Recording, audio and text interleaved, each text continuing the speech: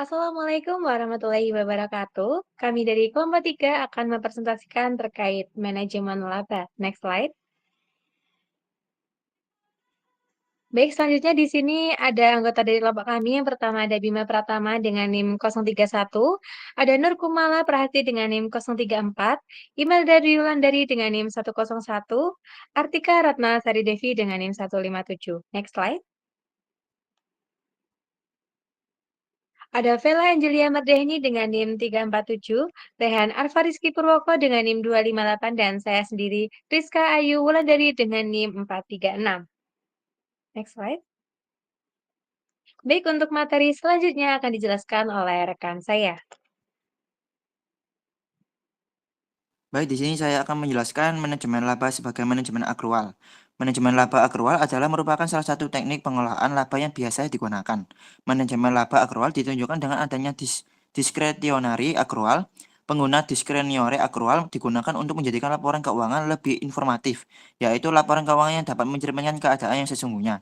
Manajemen laba adalah potensi yang menggunakan manajemen akrual dengan tujuan memperoleh keuntungan pribadi. Next slide.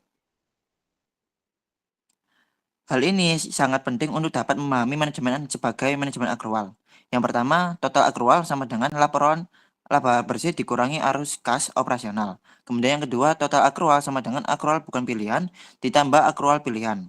Pendekatan umum untuk mengestimasi akrual pilihan adalah dengan mengregresikan total akrual dan variabel-variabel yang merupakan wakil dari akrual normal. Akrual yang tidak diharapkan atau akrual pilihan dianggap sebagai komponen yang tidak dapat dijelaskan dari total akrual. Next slide. Akrual adalah selisih antara arus kas masuk bersih dari operasi perusahaan dengan laba yang dilaporkan. Akrual terdiri atas dua jenis, yaitu akrual dan diskrenior dan akrual diskrenior. Akrual non diskrenior adalah akrual yang tidak bisa dan digunakan untuk memberikan indikasi pengukuran yang memenuhi konsep matching cost with revenue. Dalam laporan keuangan, akrual diskresioner adalah akrual yang digunakan untuk mengurangi atau memperbesar laba yang dilaporkan. Akrual tersebut dilakukan dengan memilih kebijakan akuntansi oleh manajemen yang bersifat subjektif dalam rangka menurunkan atau menaikkan laba. Manajemen dapat memengaruhi akrual diskrenior untuk mengelola laba tanpa melanggar standar akuntansi. Sebagai contoh, perusahaan dapat menurunkan estimasi cadangan piutang tak tertagih dari yang seharusnya untuk menaikkan laba. Next slide. Penelitian sebelum mengenai praktik manajemen laba melalui akrual di sekitar SEO dilakukan oleh Rangan pada tahun 1998 dan Sivakumar pada tahun 2000. Rangga 1998 menyatakan bahwa rata-rata perusahaan yang melakukan SEO memiliki akrual diskrenior positif selama periode sekitar SEO dan akrual diskrenior tersebut dapat memprediksi penurunan laba serta kinerja saham yang buruk di tahun berikutnya. Sivakumar pada tahun 2000 memberikan bukti empiris bahwa terdapat hubungan negatif antara akrual diskrenior sebelum SEO dengan abnormal return pasca SEO. Selanjutnya akan dilanjutkan oleh rekan saya. Baik, di sini saya akan menjelaskan mengenai model akrual. Model akrual digunakan untuk memisahkan total akrual perusahaan menjadi dua komponen, yaitu akrual diskresioner dan akrual non-diskresioner.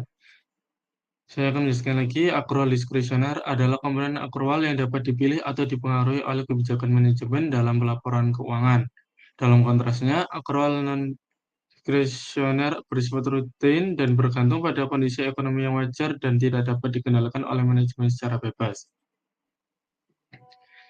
Sedangkan manajemen memiliki fleksibilitas dalam menentukan jumlah akrual diskresioner yang dicatat sehingga akrual jenis ini memiliki potensi untuk digunakan sebagai alat manajemen laba.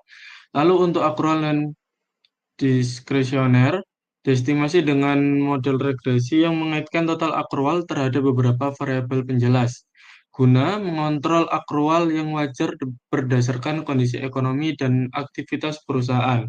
Model ini memungkinkan identifikasi akrual yang dapat dipengaruhi oleh kebijakan manajemen yang berbeda dari akrual alami atau non-diskresioner. Pendekatan ini penting untuk analisis akuntansi karena total akrual saja tidak mampu membedakan komponen diskresioner dan non-diskresioner dengan tepat. Pada model akrual ini terdapat karakteristik. Yang pertama, pendapatan dan beban diakui berdasarkan periode terjadinya, bukan berdasarkan arus kas.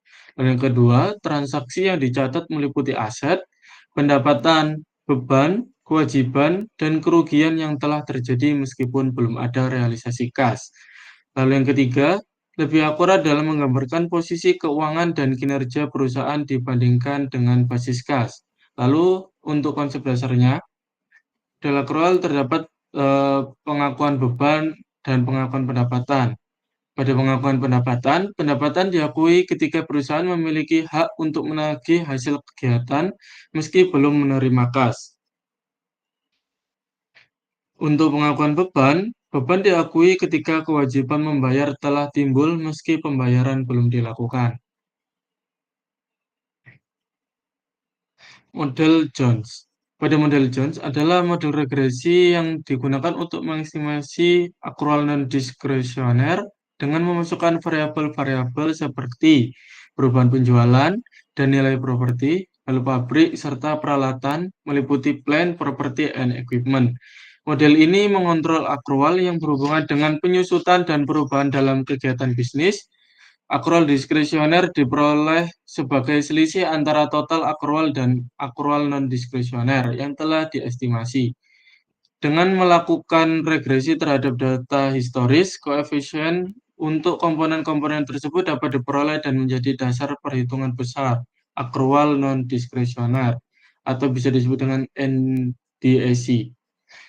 NDAC dengan meregresi total akrual terhadap variabel-variabel seperti perubahan penjualan dan aset tetap yang meliputi plant, property, and equipment. Koefisien regresi tersebut dapat dipakai untuk memperkirakan NDAC pada periode tertentu. Selanjutnya, akrual diskresioner dihitung sebagai selisih antara total akrual dan NDAC. Dan rumus NDAC IT sama dengan TIC IT dikurangi NDAC IT. Singkatnya, DAC ini sama dengan total akrual yang dilaporkan dikurangi dengan akrual yang wajar atau non-diskresioner, sama dengan akrual diskresioner yang berpotensi dimanipulasi oleh manajemen.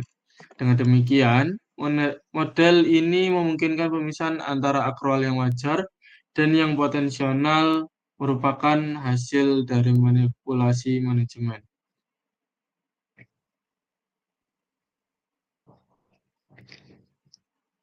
Lalu modifikasi dan kelemahan model Jones. Model Jones dimodifikasi oleh Dickow et al. Pada tahun 1995 dengan tujuan untuk memperbaiki estimasi akrual diskresioner, khususnya dengan memasukkan perubahan piutang untuk menyesuaikan perubahan penjualan agar mengurangi kesalahan pengukuran dari penjualan yang bisa dipengaruhi oleh manajemen. Model modifikasi ini banyak dipakai di Indonesia dan negara lain sebagai alat deteksi manajemen laba yang lebih efektif dibandingkan dengan model Jones yang asli. Meskipun model Jones dan modifikasinya banyak digunakan, ada studi empiris yang menunjukkan model ini tidak efektif di beberapa pasar negara seperti Korea, Bangladesh, dan beberapa perusahaan IPO di pasar modal Asia. Hal ini menunjukkan perlunya kehati-hatian atau penyesuaian modal dalam konteks pasar tertentu. Singkatnya, model Jones ini tidak hanya didefinisikan secara konseptual, tetapi juga dijelaskan bagaimana model ini diimplementasikan secara matematis, diperbaiki melalui modifikasi, dan dikritisi dari sisi efektivitasnya dalam konteks pasar yang berbeda. Selanjutnya akan dilanjutkan oleh rekan saya. Nah, baik. Jadi selanjutnya itu membahas mengenai piecewise linear accruals model. Jadi pengertian dari piecewise linear accruals model itu adalah model yang digunakan untuk mengukur manajemen laba berbasis akrual secara lebih akurat dibanding model Jones yang tadi itu. Nah, model ini tuh memperbaiki keterbatasan model sebelumnya dengan cara yang pertama itu memasukkan variabel tambahan seperti revenue dan return. Terus memperhitungkan adanya asimetri dalam pengakuan pendapatan dan kerugian. Selanjutnya yaitu mengidentifikasi manipulasi laba melalui akrual secara lebih sensitif dan tepat. Nah, model ini tuh mampu mendeteksi yang pertama itu manajemen laba yang dilakukan secara halus melalui pengaturan akrual. Kemudian asimetri informasi, di mana perusahaan lebih cepat mengakui kerugian dibandingkan pendapatan atau sebaliknya. Kemudian pengaruh dividen terhadap return sebagai sinyal informasi ke investor. Nah, rumus dari model ini tuh akrual sama dengan alpha ditambah revenue ditambah cash received kemudian ditambah dummy variabel yang bernilai 1 jika return saham lebih dari 0 dan 0 jika return saham kurang atau sama dengan 0. Kemudian ditambah return, kemudian ditambah interaksi antara dummy dan return. Gunanya itu untuk menangkap efek asimetri pengakuan return terhadap akrual dan ditambah dengan error term atau residual. Nah, kesimpulan dari model ini tuh dianggap lebih komprehensif dan akurat karena tidak hanya melihat besaran pendapat dan arus kas, tetapi juga mempertimbangkan bagaimana perusahaan merespon perubahan harga saham serta bagaimana dividen dan return mempengaruhi manajemen laba. Next slide.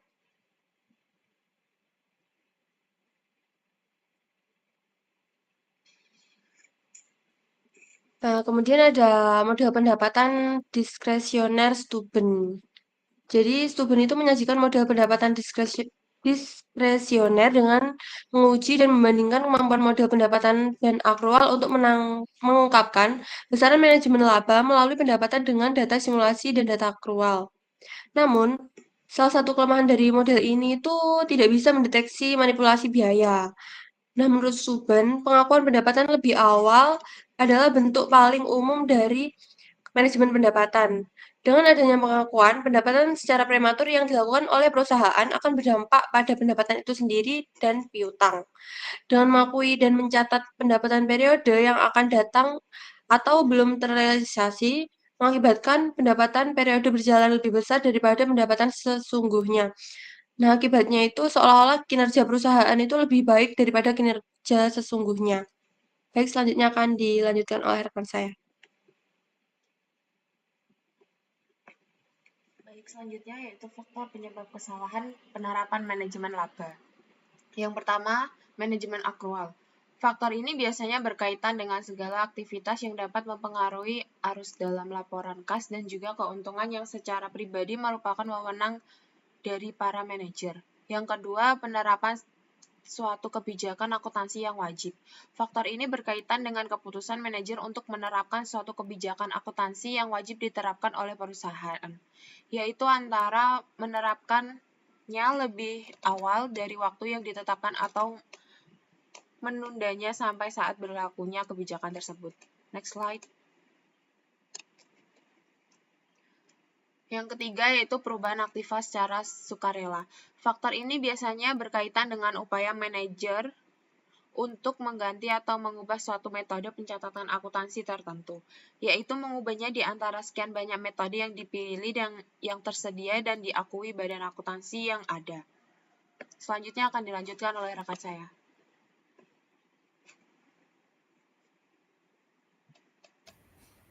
Baik, selanjutnya ada isu-isu dalam manajemen laba. Manajemen laba ini seringkali dilakukan untuk memenuhi harapan analis keuangan atau manajemen internal perusahaan. Ketika prediksi laba dibuat oleh analis, manajer seringkali mengambil tindakan agar laba yang dilaporkan tidak berada di bawah angka tersebut. Ini termasuk penggunaan akrual yang tidak biasa untuk menaikkan laba. Bahkan rekomendasi analis seperti beli atau jual ternyata bisa mencemarkan praktik manajemen laba.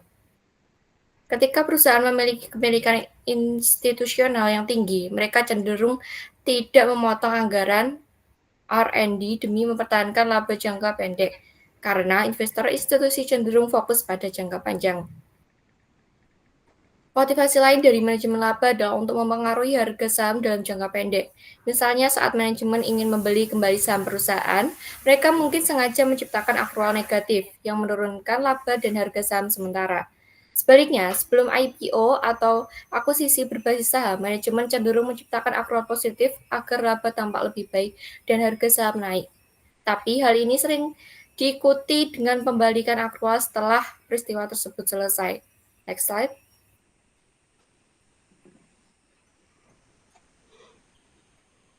Next. Selanjutnya ada informasi asimetris. Manajemen laba bisa bertahan karena adanya informasi asimetris antara manajemen dan investor. Manajemen memiliki informasi lebih banyak namun tidak semuanya bisa atau mau diungkapkan. Dalam kondisi seperti ini, mereka bisa tergoda untuk mengatur laporan laba agar mencerminkan citra tertentu. Komunikasi yang terbatas ini menciptakan insentif bagi manajer untuk tidak mengungkapkan informasi secara jujur, kecuali ada perlindungan kontraktual dari prinsipal. Kemudian ada peran pelaporan dan kontrak. Praktik manajemen laba tidak berdiri sendiri, tapi muncul dari fleksibilitas sistem pelaporan dan kontrak-kontrak perusahaan. Ketika sistem kompensasi atau kontrak pinjaman bergantung pada angka akuntansi, maka akan ada dorongan internal bagi manajer untuk memanipulasi angka-angka tersebut. Konteks dan bentuk manajemen laba bisa berubah seiring dengan perubahan kondisi lingkungan bisnis dan aturan yang meningkat. Kemudian ada strategi manajemen laba. Secara umum, strategi manajemen laba dilakukan melalui 3 jalur. Yang pertama, memilih opsi yang diperbolehkan dalam GAAP, misalnya metode penyusutan. Kedua, menggunakan estimasi subjektif seperti cadangan kerugian. Ketiga, mengatur waktu pelaporan akuisisi atau penjualan aset. Nah, perlu dicatat, tindakan ini masih dalam wilayah abu-abu antara kepatuhan dan manipulasi. Hukum dan regulasi akan menentukan apakah suatu tindakan tergolong fraud atau sekadar manajemen laba. Next slide.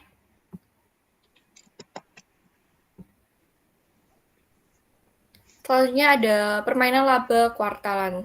Kondisi yang cukup mengkhawatirkan adalah fenomena permainan laba kuartalan. Manajer tergoda untuk melaporkan laba yang sesuai atau sedikit melebihi ekspektasi analis. Studi menunjukkan bahwa laporan yang pas dengan ekspektasi atau hanya lebih tinggi 1 sen terjadi jauh lebih sering dari yang seharusnya. Sementara laporan yang hanya sedikit di bawah target sangat jarang.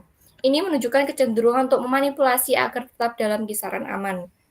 Kemudian ada 3 ambangan batas laba yang menjadi sasaran utama manajemen laba. Yang pertama ada laba harus positif alias tidak rugi. Yang kedua, laba saat ini harus minimal sama dengan tahun lalu. Yang ketiga, laba harus sesuai dengan prediksi analis. Dari ketiganya, target laba positif paling dominan.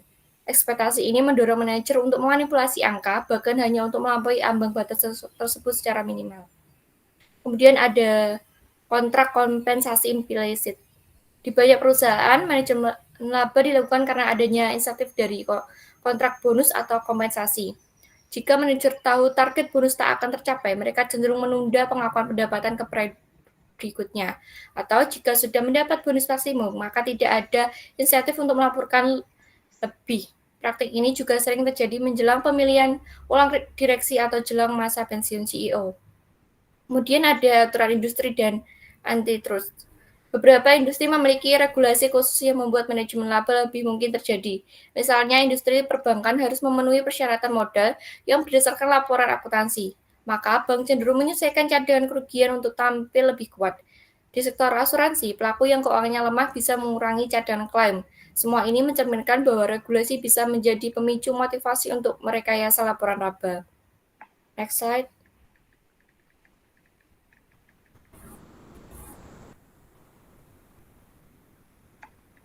Kemudian ada perlindungan politik. Manajer kadang menyesuaikan laba untuk kepentingan politik atau strategi jangka panjang. Misalnya, saat menghadapi investigasi antitrust, laba bisa diturunkan agar tidak terlihat terlalu dominan. Perusahaan yang mencari subsidi atau proteksi pemerintah juga melakukan hal serupa. Bahkan, perusahaan kabel US pernah menunda pendapatan selama periode pengawasan Kongres. Tujuannya sama, yaitu untuk menampilkan kondisi keuangan yang lemah untuk mendapat simpati kebijakan. Kemudian ada penilaian perusahaan. Tujuan lain dari manajemen laba adalah untuk mengaruhi valuasi perusahaan. Beberapa model ekonomi menunjukkan bahwa manajer bisa menyajikan pendapatan yang lebih tinggi untuk menurunkan biaya modal. Tapi tindakan ini tetap membawa risiko termasuk kehilangan kredibilitas. Informasi asimetris antara manajemen dan investor memainkan peran penting dalam praktik ini karena manajer tahu lebih banyak dari pasar. Yang terakhir, menghindari laba negatif. Laba negatif biasanya lebih mengejutkan dan merusak harga saham dibanding revisi prediksi yang menurun. Untuk menghindari ini, manajer bisa memilih antara menaikkan laba secara akrual atau mengarahkan ekspektasi analis ke arah bawah. Tapi dua-duanya punya biaya. Akrual tak bisa dilakukan terus-menerus dan menurunkan ekspektasi bisa membuat harga saham lebih rendah dalam jangka panjang. Tekanan ini lebih kuat pada perusahaan dengan kepemilikan institusional sementara atau relasi kuat dengan stakeholder. Selanjutnya akan dijelaskan oleh rekan saya.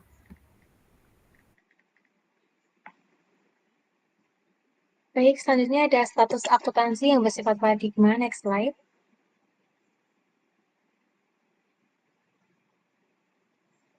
Evolusi atau revolusi yang di dalam akuntansi. Berbagai pendekatan digunakan untuk memformulasikan teori akuntansi. Dengan mempertimbangkan kelebihan atau kekurangan masing-masing pendekatan, situasi ini diharapkan memicu perdebatan yang bermanfaat dan menghasilkan teori akuntansi yang terpadu. Pandangan ini dianut oleh mereka yang percaya bahwa kemajuan akuntansi terjadi melalui akumulasi ide atau evolusi, sehingga mengharuskan penerima berbagai pendekatan sebagai kontribusi potensial terhadap teori akuntansi yang final dan komprehensif. Namun, pandangan yang lebih kuat dan logis menyatakan bahwa akuntansi seperti ilmu sosial dan ilmu alamiah lainnya berkembang melalui revolusi, bukan evolusi.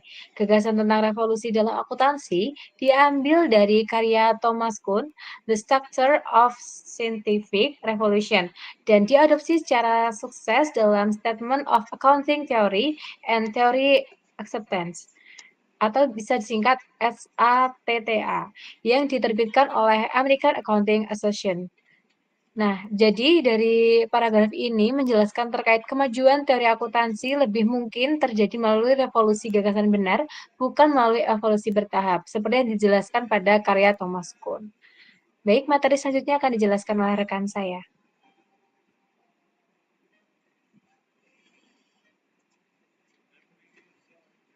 Selanjutnya, saya akan menjelaskan untuk akuntansi, satu ilmu yang multiparadigma. Akuntansi adalah bidang ilmu yang berkembang menjadi sebuah sains multiparadigmatik.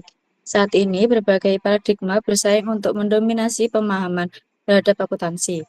Tiap paradigma, sebagaimana dikemukakan oleh Rizer 1975, membawa contoh, teori, dan metode tersendiri dalam memperlakukan akuntansi.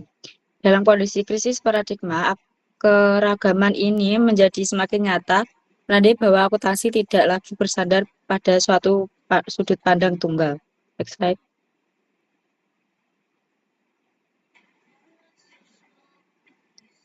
Selanjutnya ada ciri-ciri multiparadigma dalam akuntansi. Pendekatan multiparadigma menunjukkan bahwa akuntansi tidak hanya bisa dipahami dari sudut pandang saja, tetapi dari berbagai paradigma atau cara pandang yang berbeda. Yang pertama, terdapat berbagai domain empiris untuk teori akuntansi. Ini artinya teori akuntansi bisa dikembangkan dari berbagai jenis data atau realitas. Misalnya, kita bisa menggunakan data kuantitatif untuk uji hubungan antar variabel ekonomi ataupun data kualitatif untuk memahami bagaimana akuntansi dipraktikkan dalam kehidupan nyata. Yang kedua, setiap paradigma menawarkan perspektif berbeda terhadap fungsi dan tujuan. Setiap paradigma memiliki cara pandang yang unik terhadap akuntansi. Kita bisa membaginya ke dalam 3 paradigma utama. Yang pertama ada akuntansi positivistik, ada yang kedua akuntansi interpretatif, dan yang terakhir akuntansi kritis. Next slide. Jadi ketiga paradigma akuntansi itu dimaksudkan cara pandang atau kerangka berpikir dalam memahami akuntansi baik sebagai ilmu maupun sebagai praktik sosial. Yang pertama ada paradigma positivistik. Paradigma dalam pandangan ini, akuntansi dianggap sebagai ilmu objektif mirip seperti ilmu alam yang bertujuan untuk menjelaskan dan memprediksi fenomena melalui pengujian hipotesis. Penelitian dalam paradigma ini bersifat kuantitatif, menggunakan data, angka, dan metode statistik. Misalnya studi tentang bagaimana laporan laba mempengaruhi harga saham. Tujuannya adalah untuk menemukan pola atau hubungan yang bisa dijadikan dasar umum bagi pengambilan keputusan ekonomi. Yang kedua ada paradigma interpretatif. Di sini akuntansi tidak dipandang sebagai sesuatu yang objektif dan netral, melainkan sebagai hasil dari konstruksi sosial. Artinya praktik akuntansi sangat dipengaruhi oleh nilai-nilai, budaya, dan konteks sosial organisasi. Pendekatannya bersifat kualitatif, peneliti lebih fokus untuk memahami makna di balik praktik akuntansi melalui wawancara, observasi, atau studi kasus. Contohnya bagaimana akuntansi dipahami dan dijalankan di organisasi sosial atau keagamaan. Yang terakhir ada paradigma kritis. Paradigma ini mengkritisi anggapan bahwa akuntansi itu netral. Sebaliknya, akuntansi sering dianggap sebagai alat kekuasaan yang bisa memperkuat dominasi kelompok tertentu. Misalnya pemegang saham atau manajemen. Paradigma ini bertujuan untuk membongkar ketimpangan dan mendorong perubahan sosial melalui praktik akuntansi yang lebih adil.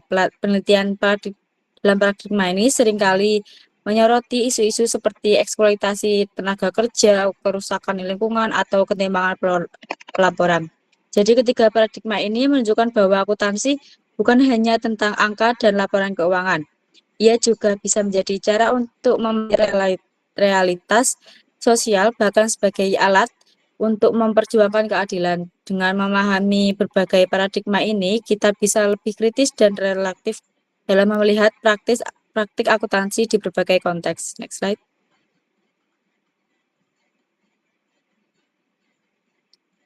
Kesimpulannya untuk akuntansi multiparadigma ini, akuntansi sebagai ilmu multiparadigma menunjukkan bahwa tidak ada satu kebenaran tunggal dalam praktik akuntansi. Berbagai paradigma membuka ruang bagi pengembangan teori, metode, dan kritik yang beragam. Pemahaman terhadap perbedaan paradigma ini memperkaya pemikiran akuntansi, baik dalam konteks akademis maupun praktis. Hopper dan Powell 1985 menegaskan bahwa pendekatan multiparadigma memperluas cakrawala analisis dalam bidang akuntansi. Selanjutnya saya kembalikan ke moderator. Baik, terima kasih. Sekian presentasi dari kelompok kami. Mohon maaf bila jika ada kesalahan kata. Wassalamualaikum warahmatullahi wabarakatuh.